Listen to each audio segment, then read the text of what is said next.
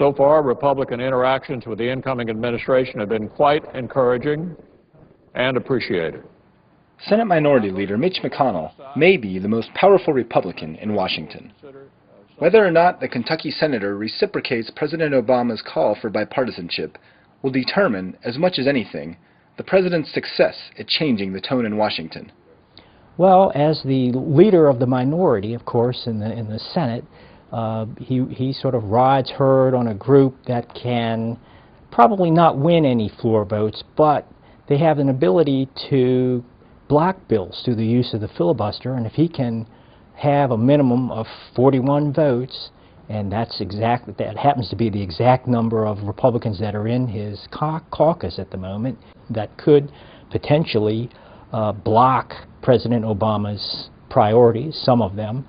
And so as a result, he has an ability to force the administration to make concessions.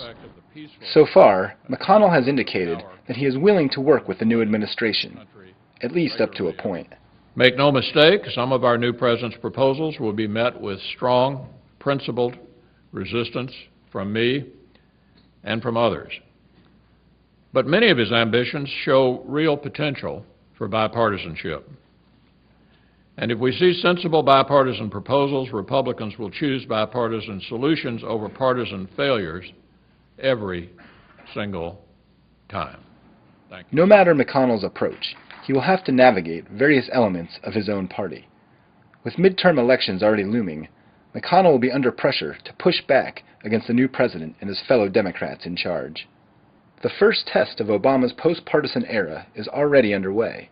On Tuesday, the president pitched his economic stimulus package to skeptical Capitol Hill Republicans. McConnell was quick to balance praise for the president with criticism of his Democratic colleagues in Congress.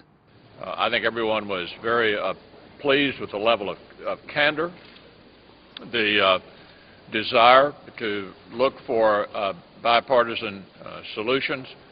So I think it was a very, very constructive meeting, and I know I'm speaking for every single member of our conference that we appreciated his coming up and enjoyed the whole exchange.